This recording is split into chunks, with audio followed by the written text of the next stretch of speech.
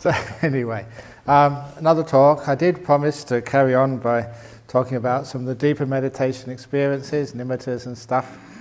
But first of all, how this all happens, I mentioned many times, when you are still, things disappear. So one of the great ways of looking at meditation is allowing the five senses to vanish. So you can find out what the sixth sense is. And that is my simile of the emperor. Once there was an emperor, and no one knew if the emperor was a man or a woman, whether it was Chinese, Caucasian, African, Eskimo, alien. I didn't know whether it was old or young, because the only time the emperor appeared in public, the emperor was covered in 5 pieces of clothing. They had boots which went right up to the thigh. They had trousers which overlapped the top of the boots and went down to the ankles. Had a jacket and the bottom overlapped the top of the trousers, had sleeves going down to the wrists and a high collar. It wore gloves which overlapped the sleeves, and lastly a helmet which overlapped the top of the jacket. So they had 5 pieces of clothing: the boots, the trousers, the jacket, the gloves, and the helmet. So every inch of the skin was covered, so no one knew what the emperor was. And the only way you could find out is take all the clothes off and see what was underneath. And in that simile, the emperor is your mind, the thing in control of you, the most important part of you, the emperor.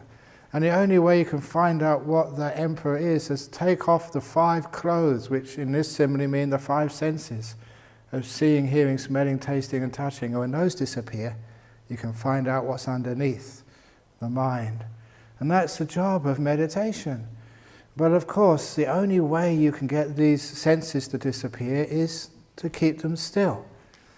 And one of the places where I'd learned how that works was when I went to a Zen retreat. I mentioned they carried this big stick. But one of the strange things I was asked to do was to keep my eyes open when I was meditating and to stare at a wall. So it'd all actually be on the outside rim of the hall and all turned facing the wall rather than facing inwards. And I'd never done that before, and I never knew what was supposed to happen. But what occurred after only about 15 or 20 minutes of staring at this wall, the wall vanished. And I thought that was really strange at first, but those are the days of the 60s and 70s. I wasn't taking drugs, but I thought, wow, this is just like people say taking drugs. There was a wall there a minute ago, and now it's gone. What has happened? And of course I used my reason, my logic, and it was quite a simple explanation. Your senses can only notice things which change. They're only wired, your brain is only wired to see things which move, which change. And if anything stays the same for a little while, it vanishes. It's one of the reasons why, the sound of the traffic in the background, if it's a constant hum, you can't hear it after a short while. You know why? The taste of the saliva in your mouth, you don't know it's there, because it doesn't change. Anything which is constant vanishes from your brain. And that's all that was happening, because I was staring, with full attention at this wall, and it was not changing at all. After a while, it just vanished. It was a weird experience, but then I recognized that happens every time you close your eyes. And if you are mindful enough, when you close your eyes, the first thing you see is the inside of your eyelids. But because that doesn't move, after a while, sight actually turns off. It's not that you're seeing nothing, you're not seeing. That whole sense has been switched off. And that is the trick on how to let go of these 5 senses and go into the realm of the mind. You've got to somehow be calm, be still, and allow things to vanish.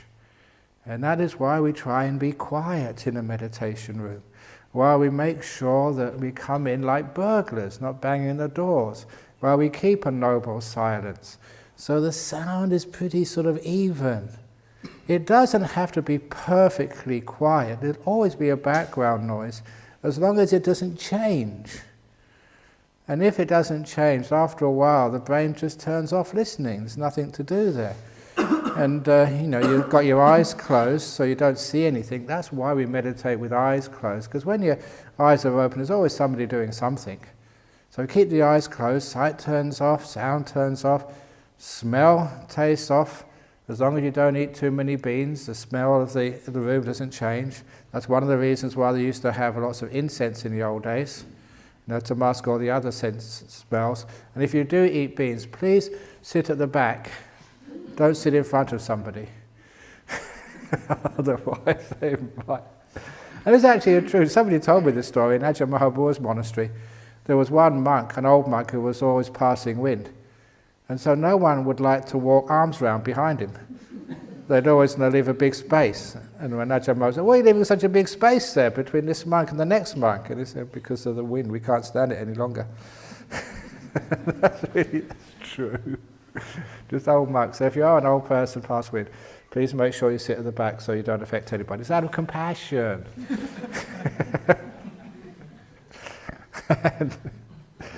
So there's no smell doesn't change, this taste doesn't change. The body is the hardest one to let go of because it's always irritating. So you try and sit comfortably, sit still. Sensations in the body get pretty even, and after a while they vanish. And therefore, you're disappeared. And I say that the breath is always moving because the lungs are always got to take in air. And it's just a sort of a gentle progression, because everything else is still. You don't need to breathe in so much oxygen because you're not metabolizing so much, which means that the breath gets softer. As it gets softer, it needs less oxygen. So little by little, as you calm down, as your metabolism slows down, the breath gets softer and softer. And it doesn't stop, but it gets to that stage, it's so gentle, hardly any breath going in at all. And that's the stage where the breath can vanish. And then when it vanishes, that's the last part of the five senses gone. And when I understood this, it explained to me why we do the breath meditation. And actually, even if you don't do the breath meditation, the breath usually comes up to you because it's the last thing moving. When everything else is slowed down, you have the breath left. So when I do my meditation, I never go looking for the breath. I just let go, relax, be in the moment, stop thinking and just be. And then after a while, when everything else is settled down, the only thing left is the breath. So the breath actually comes to me. That's what it feels like. And because I don't go looking for it and searching for it, and it comes to me, it's always very peaceful when it first comes up. So that's one of the nice things about this type of meditation. You don't go looking for the breath. You don't focus anywhere for the breath. You just let go, and after a little while, you are aware of the breath quite naturally. And you just carry on just letting go until the breath becomes so peaceful that the breath vanishes. Now what happens next is usually, you've now got the sixth sense, that's the only thing left, the mind. And how does that appear? Now the talk I gave yesterday was a very important talk about bringing up happiness in the meditation. Because a lot of people I found, they can actually settle the body and settle all the senses, and the senses vanish and they just go into a dark place, they're not really quite sure what's happening, and they don't see any lights, and the reason is they haven't got enough joy and happiness. The mind is not energized enough yet. So things have vanished, but you haven't got enough oomph in your mindfulness to see what happens. It can be similar to the experience you may have had, or I'm sure you've had, of being in a bright room and going out into the garden at night time when it's dark, and when you first go out you can't see a thing. But after a minute or two the pupils in your eye dilate, they get bigger, allowing more light to go into your eye, and after a few minutes you can actually see shapes. It just takes a while for your sense of sight to accommodate to the more subtle visual images in the night time. But after a while you can see things.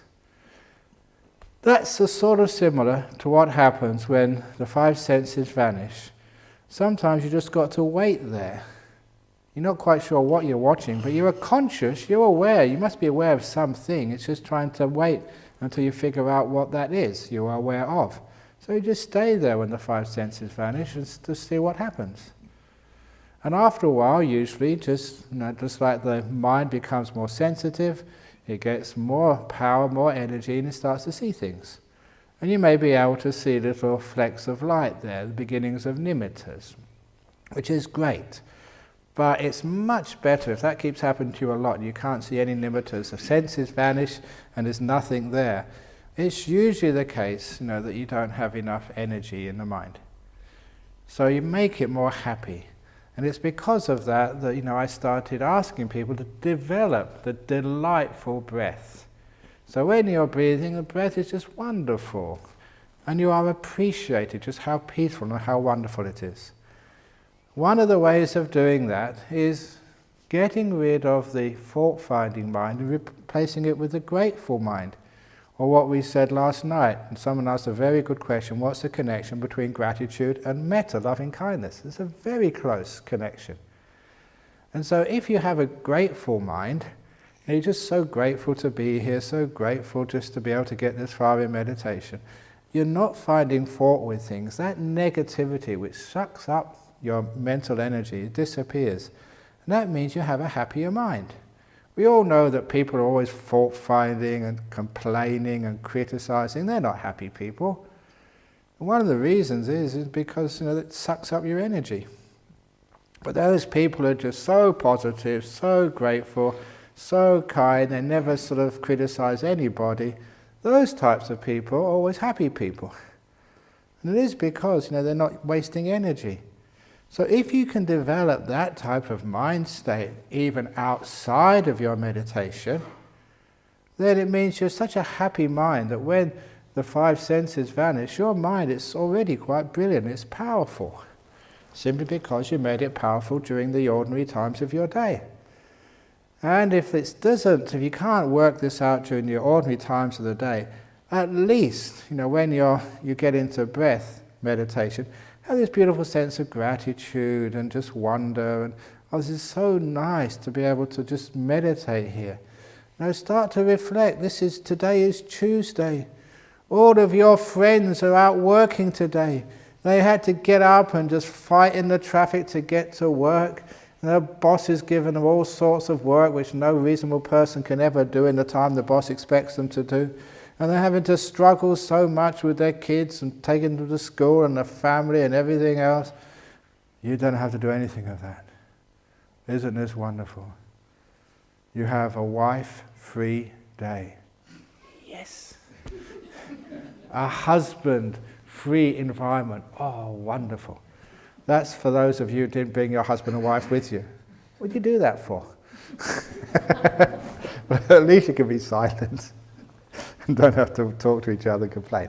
But when you think of what other people have to do today and you're totally free, doesn't that give you a great sense of joy? Yes. And that's a sort of mind which can create happiness almost anywhere. So you get to this attitude in meditation retreats and in life of being one who looks for happiness and creates happiness. And it's always there to create. There's always a joke you can say somewhere. There's always a funny way of looking at things. There's always a smile available for you, if you really want to. And when you do that, you're adding happiness.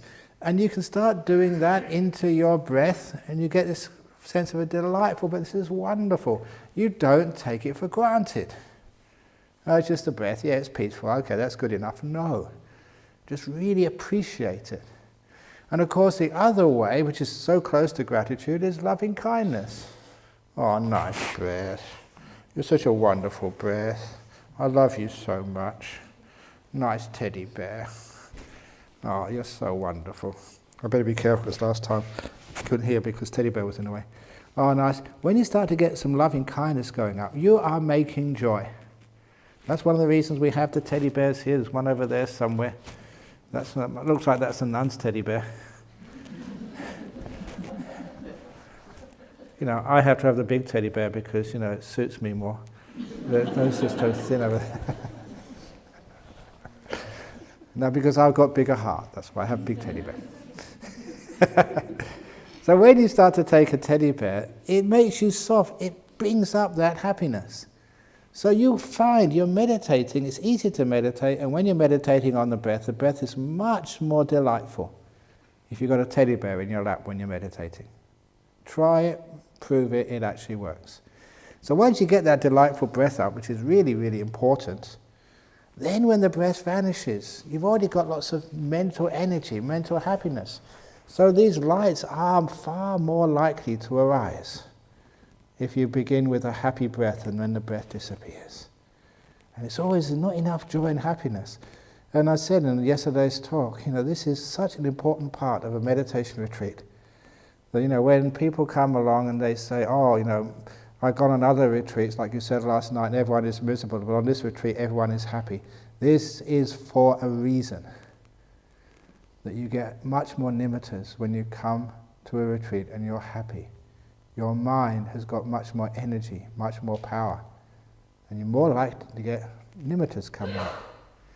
So once the breath disappears, what happens next is people start to see these lights. Now I must mention that not everybody sees a light, but it's not a physical light. It's a mental object. It's not seen with the eye. The eye is not working anymore. It's a mental object.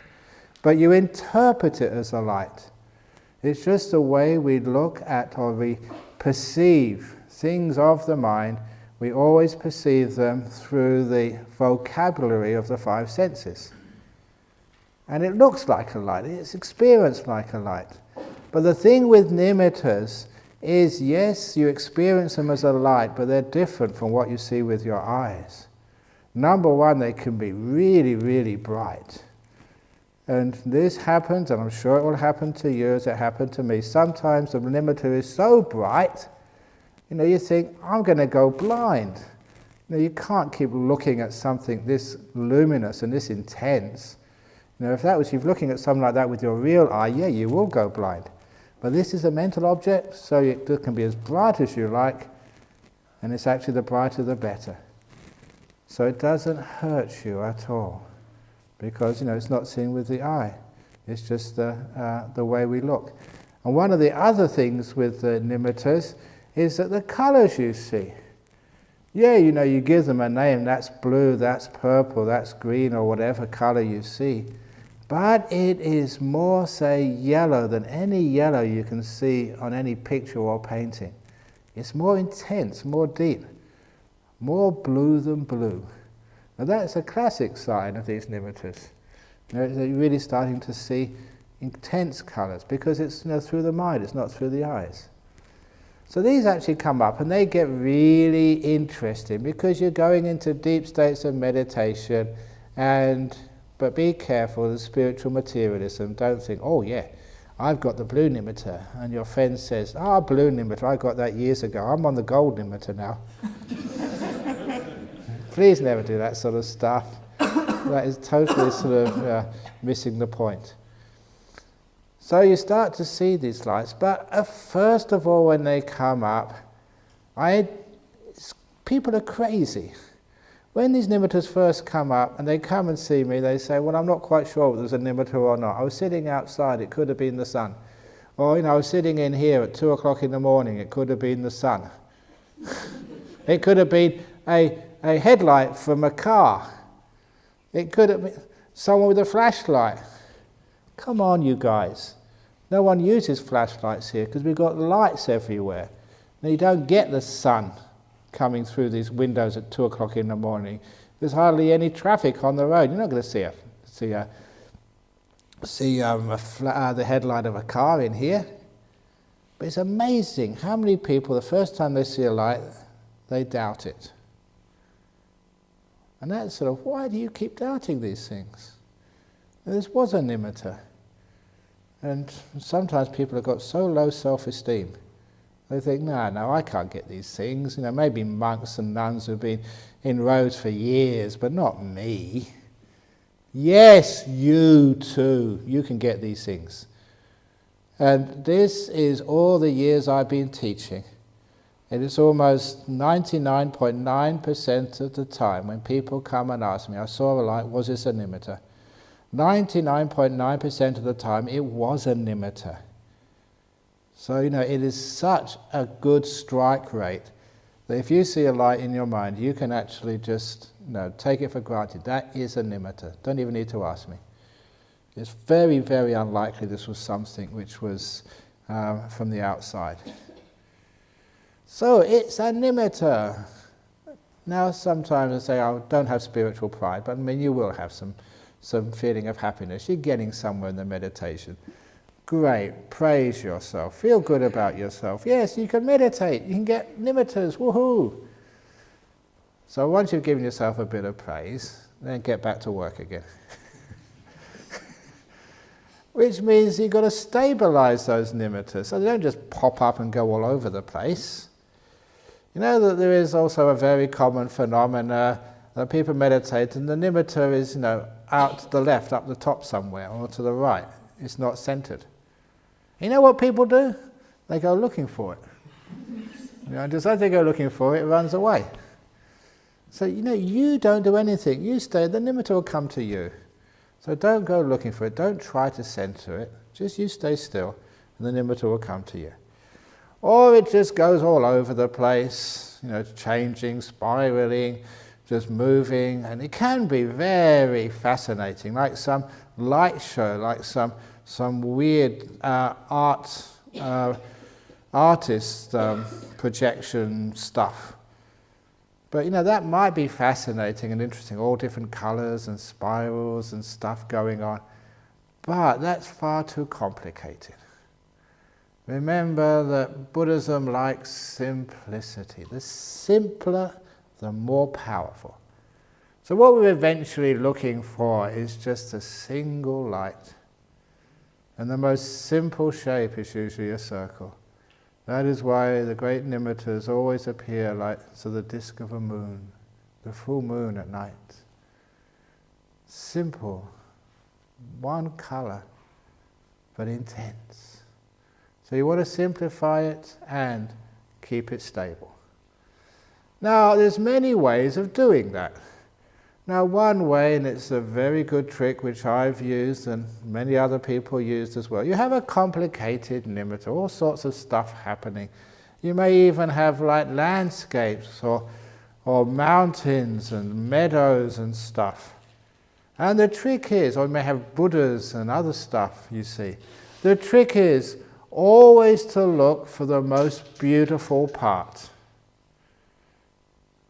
And a good example of that is years ago, once, the nimitta I got was actually a list of rolling meadows with a river and some trees.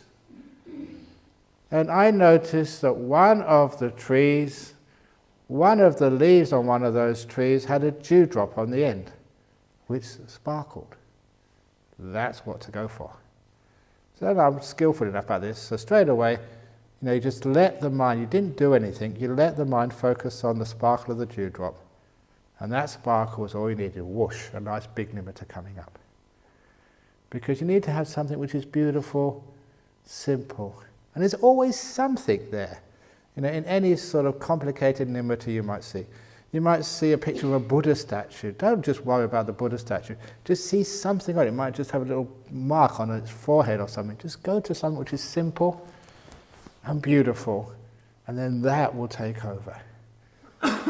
What is actually happening here is a little skill of what we call focusing. I'm going on a sidetrack now, but it's a very important sidetrack for you to understand how this focusing business works, especially with the nimittas. And it's a simile of the TV set. I remember when I used to watch TVs, that you turn the TV on and you'd be able to see the edges of the TV and the photograph on top of the TV or the flower pot, whatever you put on top of the TV. I remember going to one person's house and seeing these two monks on top of their TV. And now at Bodhinyana, it was Sariputra and Moggallana. I think their grandfather was a soldier in Burma and brought them back as souvenirs. And this is very important sort of Buddhist icons. And she had them on top of the TV set. And so I told her, so look, no, these are really important. That's Sariputra and Moggallana, beautiful wooden carvings. So it doesn't really belong on the TV set. And she was good enough, she offered them to our monastery. But anyway, you have these things on top of the TV. But when you start watching the TV, after a few seconds, at least maybe a minute or two at the most, you can't see what's on top of the TV set, what's underneath and what's to the side. All you can see is what's in the center. And that means it doesn't depend on how big your TV set is. That is one of the great myths of buying big TV sets. People have these huge plasma screen TV sets these days, massive things. And look, compare watching a movie on the big TV screens to watching a movie in economy class on Singapore Airlines or Malaysian Airlines or whatever, on these tiny screens in the back. You'll find that once you get into the screen, you can't tell the difference at all, because your mind fits into the screen, and what's on the edges vanishes. And it doesn't matter how big the screen is, your mind fits into it. So it's a total scam buying these big TV sets. The experience is absolutely the same. The only time you realize how big or how small the TV set is when it's not turned on. But when it's turned on and you're watching, the experience is the same. Check that out. You'll be surprised how accurate that is. Because you actually just fit in. And as you fit in, what's on the edges vanishes. Realizing that was a very useful skill on how to focus and how to avoid distractions. For example, you're sitting here and there's all these noises outside. Somebody's cooking dinner, or somebody's mowing the lawn, or there's traffic, or something's happening. And how can you overcome those distractions of noise? Same way you overcome distractions when watching a TV. Whatever you're supposed to be focusing, say you're supposed to be focusing on the breath, keep the breathing in the center of the screen. You can hear the sound, but it's on the edges. But keep the center with the breathing. And you'll find after a while, you don't know when, but it happens. All the sounds fall off the screen, you're only aware of the breathing. The problem is when there is a distraction, say a sound, we put the sound in the center of our screen. We just focus on the distraction. That becomes a problem, and that is central to our awareness. So any distraction you have, like a sound, keep it always on the edge. Don't make the big problem of it. Oh, it's just a sound, it's over there somewhere, but I'm watching my breathing. And after a while, the sound will disappear. And that also happens with physical feelings in the body. If you have an ache or a pain, when you're way into the meditation, and you start worrying about it, the pain, the ache, the irritation is the center of your screen. And your breath is over there somewhere, it just disappears. But if you can do the opposite, you're watching the breath and there's a pain, but it's over there somewhere, and your center is on the breathing, and always on the breathing, you can still experience the pain, but it's not central to you, it's just on the edge there somewhere, but I'm focusing on the breathing. Then after a while the pain just falls off your radar screen. You can't feel it anymore, because it's the nature of the mind to focus in. Like watching a TV set, the edges of the screen soon vanish, and your mind fits just inside the screen. What's above, below, to the left and right vanishes. You're watching the breathing, after a while your mind fits into that breath. What's to the left, the right, above and below, your breathing vanishes. You can't hear things anymore, you can't feel the body, you just have the breathing. It's a way of focusing, which is beautiful. And you also use that with nimittas. So you have like complicated nimittas, many stuff going on. You focus on something which is very beautiful, and you find everything else just falls off the screen. It has the feeling of like focusing the lens of a camera. You see the big picture first of all, you just focus on zooming in to a part of it. That's the nature of the mind to do that, to zoom in. And it will zoom in to what's really interesting or what's very beautiful, what attracts the attention. So you can actually start looking for the beautiful parts of nimittas, and you can actually focus in on that. Even if it is a simple nimitta, there's always parts of a simple nimitta, parts which are more beautiful than the others. So you always go to the most beautiful parts, and they sort of expand as you zoom in. And the most beautiful part of the beautiful part, that expands, and it gets more beautiful, more intense. So what you're doing at the same time, you're stabilizing these lights, and you're also increasing their intensity. They're becoming, and with the intensity, they're becoming brighter and more beautiful and more delightful. The pleasure starts to increase. So you mess around with these nimittas that way. Now this is not something you do. The reason I say this at this particular time is because this is absolutely 100% brainwashing you. And I know this because my teacher did the same to me. He taught all these skillful means about watching nimittas and what to do with them. And at that time I didn't have hardly any nimittas, and so I didn't know what he was on about. And I thought I'd forgotten everything because it wasn't relevant to me. And later on, when I meditated, you had these nimittas, then an idea came up what to do with them, and it worked. And afterwards I thought, where did that idea come from? That was such a good idea. And then I remembered, Ajahn told me that years ago, and I thought I'd forgotten it. And it's amazing, it's one of the incredible things about meditation. All these instructions on the deeper stages of meditation, they lodge in your mind somewhere. And when they're needed, and they will be, then they'll come up. So all this stuff which I'm teaching you, don't think, oh, that's just for these really smart-ass meditators who already got nimittas. Not me. I just want to learn how to be relaxed. I just want to learn how to stop thinking. This is way over my head. Never think that way. Because these instructions are going to be in there, and one day they're going to be needed, and they will be there for you. And that's an incredible thing to know. So anyway, there you are, you're meditating, and you're getting these nimittas coming up. Once you start to have these coming up, please, the colour is not important. Blue, yellow, green, and they change around. It's not important at all. I still remember that guy I was saying about yesterday with that ghost story of the leaves coming off the pot plant, Jim. It may be because his business was a pest exterminator business, which is not the best livelihood. But nevertheless, he's a really good fellow. And when he got a nice nimitta, and he was the first person I heard of, I've heard of others afterwards, who got a black nimitta. And when he came up to tell me, he said, I've never heard that one before. But then I asked him to describe it to me. And then it was a classic description of a nimitta. He said, it was black, but it was a deeper black than anything I've ever seen. It was like shimmering black. It's the most beautiful, deep, satin, glorious black you could ever imagine. It was a wonderful black. So okay, that's good enough, that's a nimitta.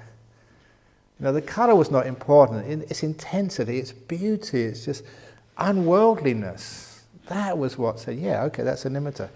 So it can be black, can be yellow, green, blue, or whatever. Don't worry about the colour. There's nothing special about any colour. So you have colour. First of all, the complicated ones, try and make them simple. And once they're reasonably simple, then your job is to keep them still. And also to make them very powerful, make them very bright. And those are the two difficult things to do, to stabilize it and just really empower it. But, they're both achieved, basically. You may be focusing on stabilizing it, focusing on powering it. They're both basically the same thing. Because what is happening is you have to be still. All stages of the meditation, like tests, you go to school, grade 1, grade 2, grade 3. Every year is a tougher test for you. And as you get more skillful. And all of these stages of meditation are all like tougher tests to get to the next level. You've just got to let go of the past and future to get into the present moment. And you have to learn how to do that one first of all. You have to learn how to let go of thinking to get to some silence. You have to let go of the body to get into the breath. And you have to start getting this delightful breath. Let go of negativity to get to a delightful breath. Be able to let go of the breath, be that still, that you're not hardly metabolizing and the breath vanishes and you get to this nimitta. And now you have to let go of even more movement of the mind. Because the trick was for me that, and it was, this is, the experiences which people have. I was having a nimitta very regularly in my meditation. I couldn't keep it still. I was always moving around the place. And I didn't know what to do. And one day I was shaving in the mirror, and I noticed, the image in the mirror was moving. I was just shaving and I thought, my goodness, that's the answer. The image in the mirror is moving because I'm moving. So I stopped shaving, it was perfectly still. The image in the mirror was perfectly still too. It's obvious, isn't it? And I remember this is what nimitta is. A nimitta is like an image of your mind. It's like looking at your mind in the mirror. This is actually how you experience the mind of these nimittas. And I realized the only reason that nimitta was moving, because me, the one who was watching, I was moving too. And so I started, instead of focusing on the nimitta, I focused, if you like, on this perception of who's the one who's watching this. And the one who was watching, I kept perfectly still. And then my nimitta became perfectly still. It's the one who's watching. It's because you're moving. That's why the nimitta moves. So shut up, be still, don't do anything, freeze. Again, stillness again.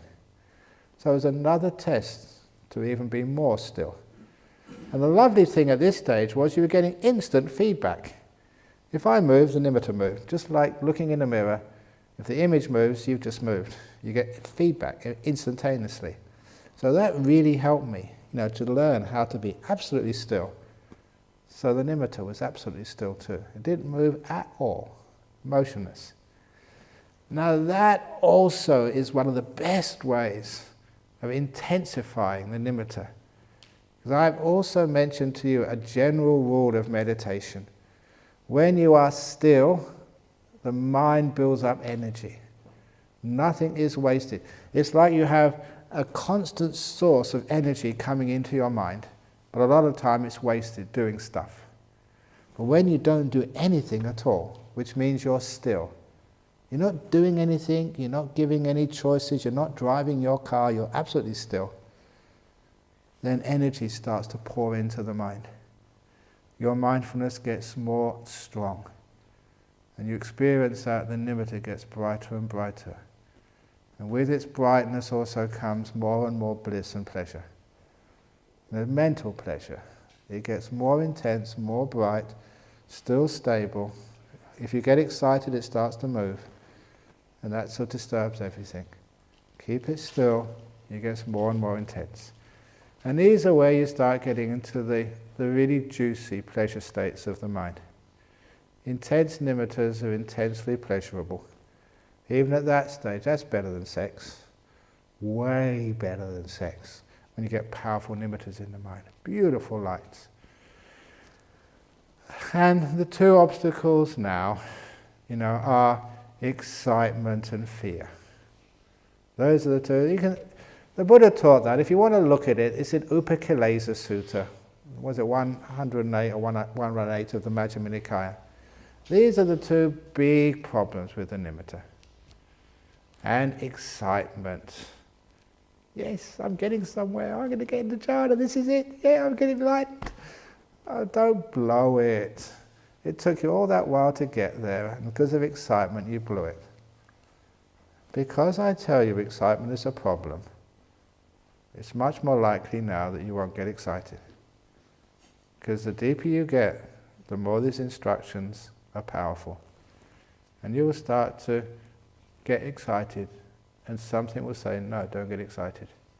And that would have come directly from me on this talk this morning. I've programmed you not to get excited. And you remember that. And there's a good chance you will avoid that pitfall. And don't be afraid. You're afraid because you're losing things you're very attached to. Your sense of control. This is powerful. We're always afraid of things which are more powerful than us. We think we can't survive. This thing is huge. And you can't control it. And this is amazingly powerful. The most powerful thing you've ever seen. For those of you who've ever read things like Bibles and talked about mystics, have you ever, like in the Bible, the Moses seeing the burning bush, David's as great lights, powerful, awe-inspiring, fearful. That sometimes, I wondered when I started looking at Christianity, what, God is fearful? He's supposed to be soft and all-loving and compassionate. He's supposed to be more teddy bear than a teddy bear is. This idea of an all-loving God. Why is it so fearful? And all it is the power. And these nimittas are incredibly powerful, and our really stupid reaction, but quite understandable, is to be afraid of such power. So instead we learn to trust it. This is probably where you need just faith, some confidence in teachers like me who know what we're talking about. You know, I've been teaching such a long time, never had any casualties. Never one. So you're not going to sort of go crazy, you're not going to die, you're just going to have the time of your life. And sometimes it takes that little bit of confidence to say, okay, let's go further. Because the simile comes up, and it's the best simile I've ever managed to come up with, to show how this actually works. It's a simile of the child who's just learned how to walk, and the mother takes a kid to the swimming pool. And you can imagine what it feels like to be a kid. You've only just learned how to walk on solid land. You get up from crawling and start to walk. And now your mother takes you to this stuff you can't even stand on. It's all wobbly and just gives you no support. What the heck am I going to do? A kid will be terrified of water the first time. So what does the mother do? Just dips a toe in, and pushes it back again quickly. And this actually feels quite nice. So then the mother puts the whole foot in, keeps it there for a few seconds and takes it out. And that's really nice. Then mother puts the whole leg in, and it splashes around a bit. Yeah, this is fun. And then the mother throws it in. Well, not quite, but lets it in. And then the kid enjoys it so much. Once it's all the way in, the mother says, come on, time to go home. No, mummy. You just can't get the kid out because he enjoys it. That's such a good simile for what happens in these deep meditations. It's scary at first, so you just put a toe in and take it out again. But actually it feels really nice. Okay, foot in. Well, that's good. Leg? Yeah. And then you jump in and you can't get out for hours. It was too much fun. Even though your mummy or the monk says, come on, it's time to go. Nope. Too much fun. So this is actually how you overcome the fear. Just go a little bit further in. You always feel perfectly safe. A little bit further in. And you'll find by a little bit of experience, a little bit of confidence, you can actually overcome that fear and allow this nimitta to get incredibly strong. And because it gets very, very strong and very beautiful bliss, you can't hear things. It's similar to when people say, watch the TV. Now go into sort of ordinary life. Sometimes you're watching a soccer match on TV, or a cricket match if you're Sri Lankan, and your wife comes up to you and says, darling, dinner's ready. She's not ignoring you. No, he's not ignoring you, sorry. He just can't hear you. He's like in absorption in the TV. The sense of sound is too far beyond him. It's fallen off his screen. He's so taken up with the movie or with the soccer match, they just cannot hear you. Now that's just a soccer match or a movie. Imagine these incredible nimittas. That you may go up to them and say, look, it's lunchtime. And it's, your friend. It's lunchtime, you're going to miss your lunch. It's 11:30, 11:45, come on, quick. So they just can't hear you. Because they're just so taken up with the bliss of the meditation. So the five senses are just getting very, very much out of reach. And it's so peaceful and so beautiful. And then the next thing which happens with these nimittas, incredibly powerful, very still. And then you feel that yourself getting sucked into these nimittas, or these nimittas overwhelming you, and you go into the jhana realms. And these jhana realms, if you think that the nimittas were pretty scary and freaky and blissed out, these jhanas are just multiplied by 1,000. Very peaceful, very blissful. And the objects you're watching is just bliss. The lights are gone. You're not perceiving things with lights anymore. It's just incredible bliss. And if people want to know, because once I start mentioning this, spiritual materialism, ego conceit, now we all want to have jhanas. So you all come to me with an experience and say, was this a jhana? And most of the time you come up, I say no. So please be prepared to be disappointed. Because if you do have a jhana, you'll be shaking. And I can, before you even ask, I can see that, what you've been doing. Just really, really intensely blissed out of your skull. And it's so sweet to see that. You've experienced a beautiful state. And the reason I say this is just sometimes when you read what the Buddha said about these states, they just really blow you away. Because one of the suttas, it was the first sutta the Buddha gave. Not Buddha, Mahinda gave when he landed in Sri Lanka. The elephant's footprint simile. Where he said, what are the footprints of an elephant? And, if they're really very big, there could be anything. But when you actually see the elephant sitting there, that's the elephant. And he asked, what are the footprints of a Buddha? How do you know it's a Buddha? What is his footprints? And it's in that sutta, he said, the first footprint of a Buddha, you really know it's a Buddha, is first jhana. Second footprint is the second jhana. Third jhana, fourth footprint, fourth jhana. When you experience a jhana, you are standing in the footprints of a Buddha. It's one thing to go and meditate on a place like the Vulture's Peak, and you know that that's where the Buddha sat, and you can sit in the same place. That's inspiring enough. But when you get into a jhana and realize in that state your mind is exactly the same as the Buddha's mind, just how the Buddha experienced things under the Bodhi tree in Bodhgaya, you are experienced precisely the same. That is freaky. That really sort of makes a thrill come up your spine. It's not just monks who do this. You guys do it as well. And it's sometimes the most unexpected person gets these things. That's why, Ajahn Brahmadi always asks me after the retreat, did anyone get it this time? Who got it this time? There's always somebody. And a few years ago, this guy came to the retreat, here in Jhana Grove. And, he was the last person I would ever expect. He came with tattoos. He looked like a bikie, from the Hells Angels. Rough, Caucasian, long hair, tattoos and stuff like that. And I couldn't believe it. And he started coming in, getting these great experiences, and then he came up one day and, wow, that's it, you just had a jhana. And you can't predict who's going to get it. You get other people, always wearing white, always coming to the temple, always helping out. They never get anything. And these guys, they just come from the bikie club and they come in here and they get jhana straight away. Just wow. So you can't tell who gets what. So it's wonderful actually to be a teacher and see all this stuff. So this is actually how it works. So please be careful about the fear. When these things happen, you'll come across the fear and the excitement. There's great similes on how to deal with this.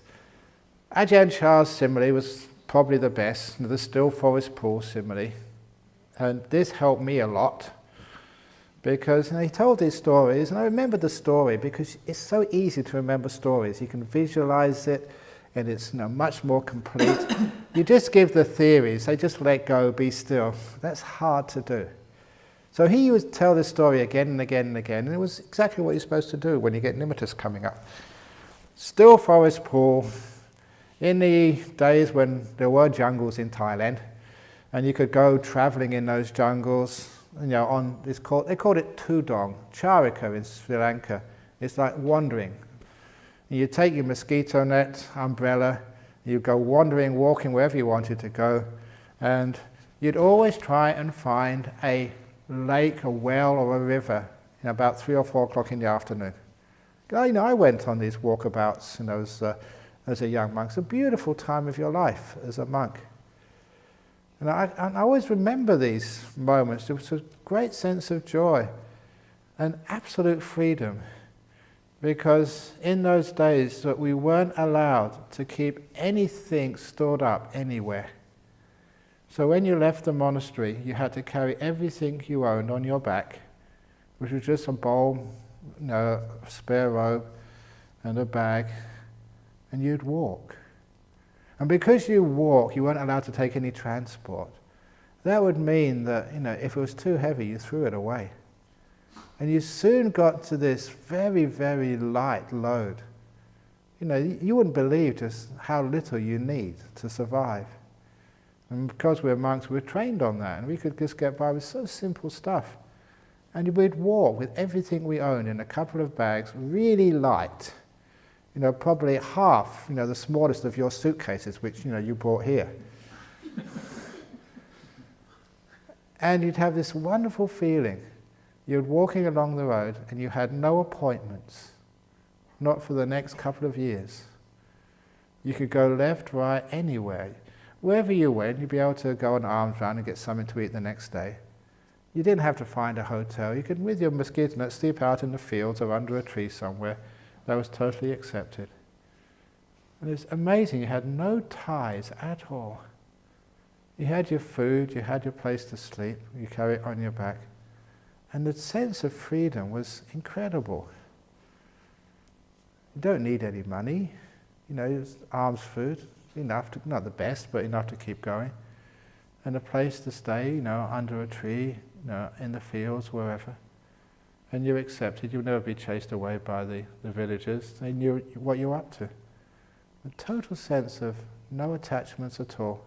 No bonds to family, to friends, to mortgages, you know, to debts, to having to go to work, you know, to family. You're absolutely free. You were like a bird. That's what you felt like. You could fly in any direction wherever you wanted to go. And just like the bird, you can always find some place to eat, some place to sleep at night. Totally safe, totally free. And I'm just reminiscing now, just feeling, oh, wasn't that wonderful years of being totally free. Now I've got monasteries, jhana grows, disciples, oh geez, how did I get into this mess? But anyway, going back to that, you'd always have to find some water in the evening, because you know, you've been walking all day, you needed to wash. You know, a few days I remember just trying, just see what it's like not to wash for 3 or 4 days. I don't know what I smelled like, but I felt disgusting, you know, with all that sweat after 2 or 3 days. And so you find a place to wash, and you've got to get some water for drinking, wash a robe or two or whatever. So you find a lake in the forest or some river, and you'd wash, fill up your water bottle, filter the water, and then you'd put up your mosquito net, you know, usually about 20 meters or so, maybe 10, 15 meters away from the edge of the lake, because in the evening the animals would come out to drink as well. This was jungle, had wild animals there. And Ajahn Chah would say that some evenings, you know, after setting up his mosquito net, having washed and everything, he wouldn't close his eyes. Instead of meditating, he would just watch the animals come out to play. It was like Nature Channel for monks. But, he said, and this was a great part of the story, he'd have to be perfectly still, otherwise the animals wouldn't come out. Because in the jungle, for an animal, human beings meant hunters. Mostly the people who got into that part of the jungle were hunting the animals to eat them for food. So the animals, even the tigers, were far more afraid of human beings than human beings afraid of tigers. So they would come out and they would sniff to see if they could smell any human being there. And if they could smell something or see something, even though they were really thirsty, they would not come out to drink. They're afraid for their lives, even though they were bursting for something to drink. But Ajahn Chah knew how to sit still. And he could sit so perfectly still, the animals would come out, they'd look around, they'd sniff, and they wouldn't know he was there. So they'd come out to drink with their young as well and play around. You know, like in these National Geographic channels, they're really cute when you see birds or animals messing around naturally and they don't realize they're being watched. They can be so funny. And that's what he would do for a little entertainment in the evening. But he said they'd only come out once he was still. And he said that sometimes, once the ordinary animals had come out to play, he was so still that really rare animals would come out. Animals which very few human beings had seen, because they were so shy. And if he'd moved even the slightest, they would have known he was there and go back into the bush and not come out for days.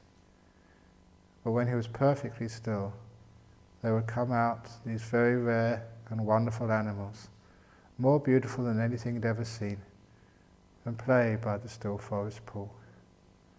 Those were the jhanas. They'd only come out to play when you are perfectly still. So that's what I used to do. Sometimes you have these nimittas coming up, the ordinary animals, and I'd imagine myself, like Ajahn sitting perfectly still while these nimittas, like animals, were coming out in the jungle to play by the still forest pool of my mind. I'd imagine I was Ajahn Chah, nimittas coming, shh, perfectly still, and then they'd come out. It's as if they would come out to the edge of the mind and have a look, is anyone there? And if I would look, they'd know they've run off again. Be so still, it was like the nimittas never knew that someone was watching them. And then they'd come out and play in my mind. Beautiful, wonderful. And then you were so still that the jhanas would come out to play. But you had to be that still to be able to do that. And that really helped me, because you could, instead of saying just be still, you can imagine yourself sitting like an Ajahn Chah in the jungle, in the forest next to a lake or a river. And it would help when you have that metaphor there of being perfectly still. So that is a great metaphor now for what to do when these big states come up. Don't move. The other one, which I developed, and somebody told me how well it worked, the last retreat which I gave here, and it was just imagine that you are driving a car in the very busy traffic, maybe 110 kilometers an hour, and you just give the driving wheel to your passenger, say you drive now. You totally let go of all control. Take the keys and give it to your mind so you don't do anything at all. That was the other thing which I did. So I got so far, I got to the nimittas, okay, here's the keys mind, I'm just the passenger now, I'm not going to do a thing. So imagine I was a passenger really helped. And this one girl, she told me in the last retreat, she had one of these dreams, vivid dreams, and she had to come and tell it to me the first interview after breakfast, after the morning talk. She said she had a dream that she was driving in a car with me in the passenger seat, and it went over a cliff, a big vertical cliff. And at the end there was another big rock. You had to turn a quick right. And as soon as we started going over the cliff, she gave me the driving wheel. She totally let go. And I, of course, did absolutely nothing. Clearing down the cliff, no control at all. And she said, just as they got to the bottom, automatically the car just veered around the rock and was quite safe. So exactly, that's what happened. Just let go. You're perfectly safe. Ajahn Brahm is in the passenger seat of your meditation. So you... So yeah, exactly. Now do that when you're awake, not when you're asleep. And then you have this beautiful meditation. So the idea of like letting go of the wheel of the car, taking your feet off the pedals in fast traffic. That's the thing to do. But don't, and that's only a metaphor, okay? Don't do that in real life. But that's what it actually feels like. And have that confidence you're perfectly safe. And you get these incredible states of mind. So that's actually what these nimittas are like. And I'm sure there's a few things I haven't mentioned about these nimittas, but you can bring them up in the question time or in interviews. So they will come.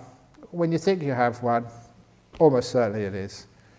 Oh, they do come early on in the meditation as well, just the mind starting to get strong, but don't really sort of worry about those too much. Go for the big ones when you get very peaceful, very still. 5 senses vanish, and you get lots of happiness coming up in the meditation. Nimittas come in, then they're the good ones, the juicy ones. The ones which come up early, yeah, they're sort of nimittas, yeah, they're sort of okay, but you can't really do much with them. Make sure that you do all of the practices of letting go, keeping things still, 5 senses vanishing, lots of happiness in the meditation, really enjoying yourself, and 5 senses go, lots of happiness, then you get the real juicy ones. And if they come, don't be afraid, don't be excited. All this time, and now you've got a nimitta, yes! And you blow it straight away. And it may be 6 or 7 more retreats until they come back again. Oh no, stupid, stupid. So don't do that, enjoy it instead. Okay.